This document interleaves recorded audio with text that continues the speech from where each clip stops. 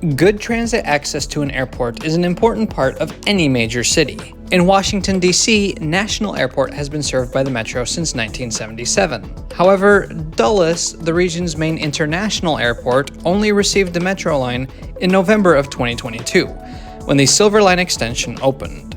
For the first time in decades, people can now reach Dulles International Airport by train without transferring to a bus.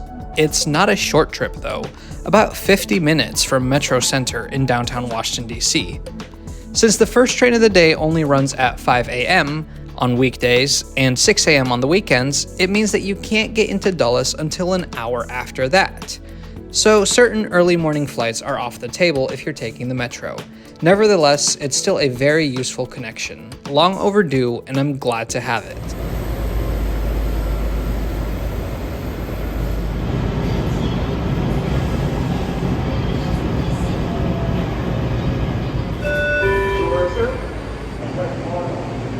The Silver Line runs even beyond Dulles to Ashburn Station. What's over there? Well, tune in next week as we explore the very end of the Silver Line. Today, however, we're staying at Dulles. All right, made it to Washington Dulles International Airport. That is quite a ride. This station is still very new, opened in late 2022, which means that both the metro system and the airport have existed for pretty much half a century before this station was finally opened. But I'm very glad it's here now. It allowed me to catch my flight, so let's go walk to the terminal. When it comes to transportation here, well, the Metro only scratches the surface. After tapping out at the station, meaning you've paid $6.75 for the Metro ride, you'll follow signs to the main terminal. And you'll have to walk through a long tunnel since the station is located a slight distance away from the airport. During your walk, though, you can read all about the history and the architecture of the airport. The location was picked by President Eisenhower in 1958, and the airport gets its name from John Foster Dulles, Eisenhower's Secretary of State. Like many Eisenhower infrastructure projects, the airport's construction meant the removal and demolition of Willard, a predominantly black town. The airport opened in 1962. The tunnel brings you to the centerpiece of the airport, the main terminal.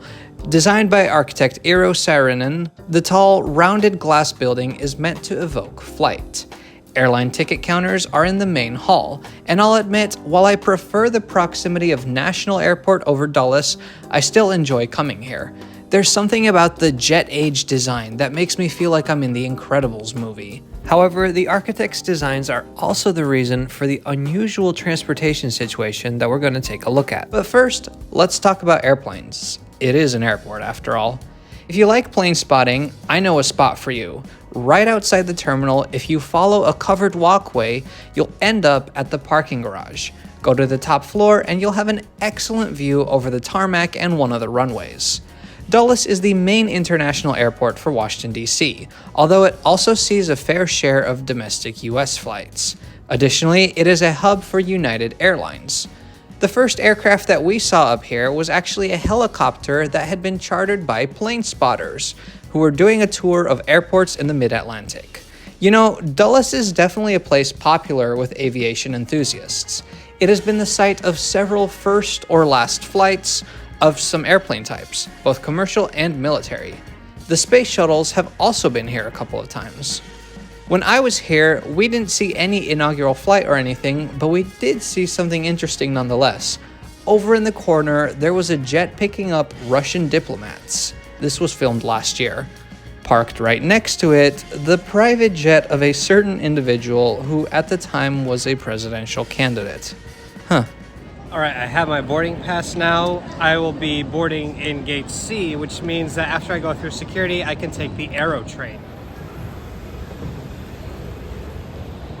Made it through security at the Aero train station. You have to admit, this looks so cool. Imagine if more of our real metro stations look like this. To board a flight, we have to travel from the main building to a satellite terminal. That is no accident. The airport was designed that way. Well, actually, it wasn't designed with these satellite buildings either, but more on that in a little bit.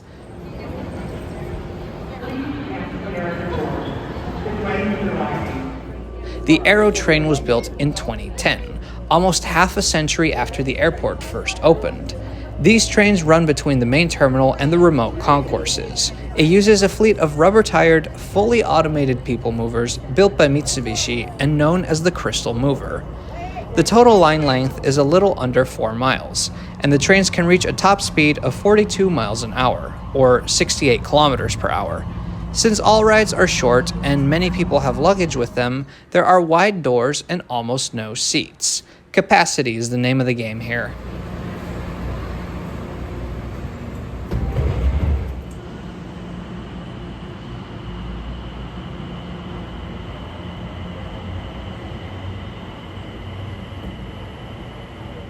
And the best part of any automated train, of course, is the fact that since there's no driver, you can sit at the very front. Besides the main terminal, the Aerotrain serves concourses B, A, and C, not Concourse D. You can walk from Concourse C to D, I've done it. It's doable if you have the time and energy, not great if you have a flight to catch. Concourses A and B opened in 1998 and are significantly nicer than C and D. Additionally, the walk from Aerotrain to Concourse C is super long and annoying. This is because Concourses C and D are technically temporary. The permanent C concourse is supposed to be built over the Aerotrain station. Technically temporary, they're built in 1983, so they're 42 years old at this point. But officially temporary, I'm in my 20s, what does that make me?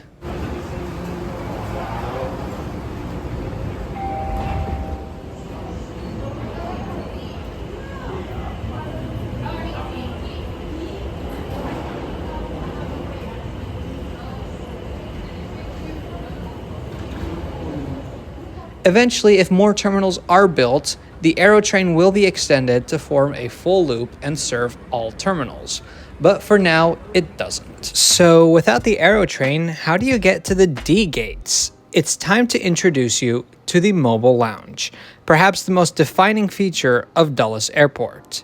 If you go back to that parking garage where we were plane spotting earlier, you will see these mobile lounges scooting around everywhere. They're like giant elevated buses. There are 2 routes where the lounges are in regular service.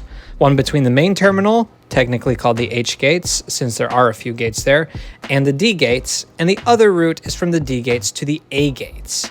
This way, passengers have a way to get to the D gates that avoids a super long walk. The lounges have 2 doors on each end, and those fit flush with the doors on the terminal.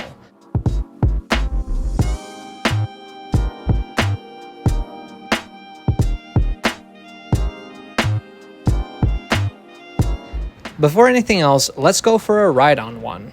We follow signs to the D gates. The lounge shuttles run very frequently, and as you can tell from the outside shots, there are always a bunch of them driving around, so you can just walk on one that's already waiting for you. The inside is this fascinating mix of a waiting room and a transit vehicle. You've got carpet and you've got padded couches, but then you also have poles and metal handles to hold on to like a bus. A quick peek into the driver's cabin, and then we're off for a somewhat bumpy ride to the D concourse.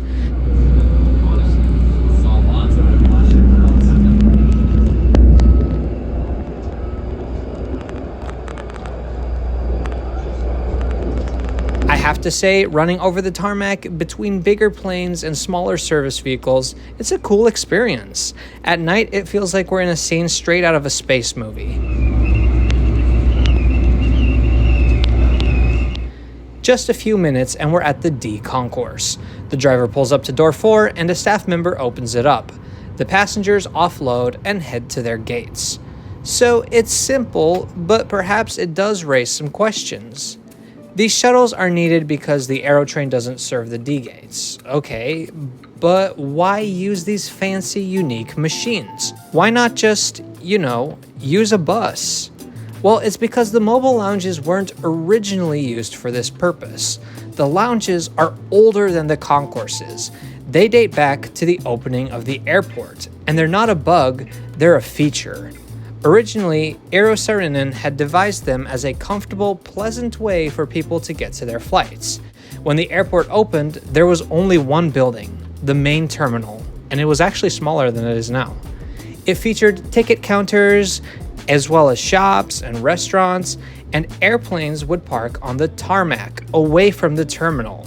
Rather than having to walk super far, the idea was that passengers could relax and enjoy themselves in the terminal. But then when it was time for their flight, they could just get on a lounge, which would drop them off right into their plane. Not at their plane, into it. The mobile lounges have the capacity to change height in order to match with the height of an airplane door. There are two types of mobile lounges. The original is called a passenger transfer vehicle, or PTV. The passenger cabin on the PTV rests on a giant jack that will push the lounge up or down according to the necessary height. Originally, the PTVs also had these big ramps on the front, and they have a driver's cab on both sides. The other model of mobile lounge is the PlaneMate. You'll recognize these by the giant shark fins on the roof. These actually conceal a big screw that can lift the car up or down. That's the main difference with the mobile lounge, although other differences include the fact that they have a cab only on one side and that they have way more windows than the PTVs. And the one thing that's interesting to me is they all seem to have different states on them. So we got Hawaii and Ohio over here, Florida over there, New York and New Jersey, the best friends that they are. There goes Kentucky.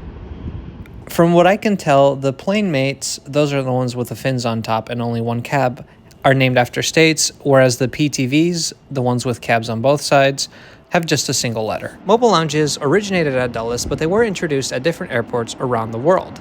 Today, Philadelphia and Montreal are some examples of airports that still have them, but I do think Dulles is the most famous for them. However, they couldn't keep up with trends in aviation. Airplanes got bigger and bigger, to the point where one lounge wasn't enough to carry the load of an entire plane.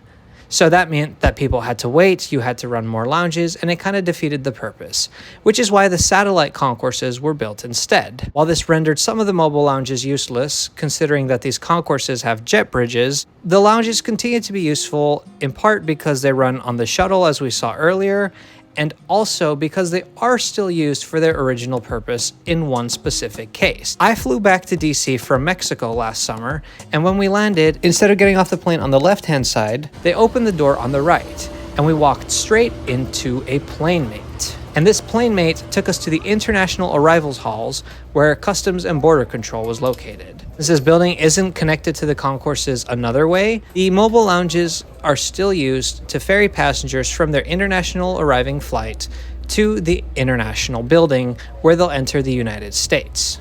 The seats were well padded, I found them perfectly comfortable, and you can tell that this is a PlaneMate because of these wide columns in the middle that house the screws. With a technology that's over 60 years old and fairly unique, you would expect that Dulles is looking for a way to get rid of these lounges as quick as possible, but that's actually not the case since, as we've established, they're still pretty useful.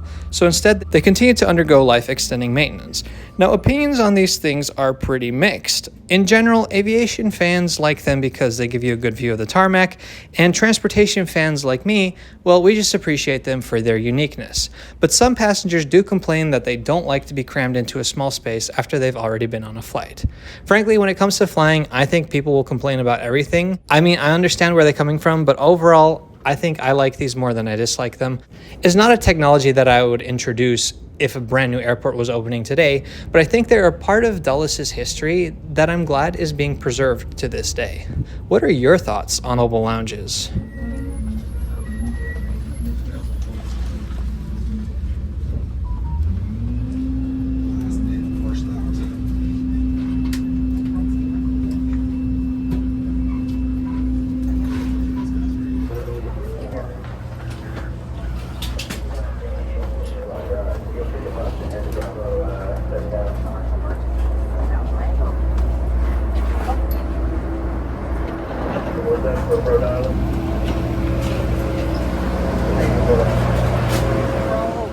I mean, it's nice to be able to sit down on a comfy seat once you leave your plane. Unless, of course, you've already sat in a comfy seat while you were in the plane. But it was a little bumpy, a little stinky. I don't know, I think a traditional jet bridge is better, but I love that Dulles has these. So that was Dulles Airport. The work of a visionary architect. Things didn't exactly work out the way he had envisioned, but hey, at least there's plenty of YouTubers that can now make content about it. And since 2022, Dulles Airport is accessible by the Washington Metro Silver Line. Now the Silver Line extends even beyond Dulles to Loudoun Gateway and Ashburn. And tune in next week to find out what you can do in the land beyond Dulles. Thank you so much for watching today. If you enjoyed this video, please subscribe to Trains Are Awesome, and we'll see you next time.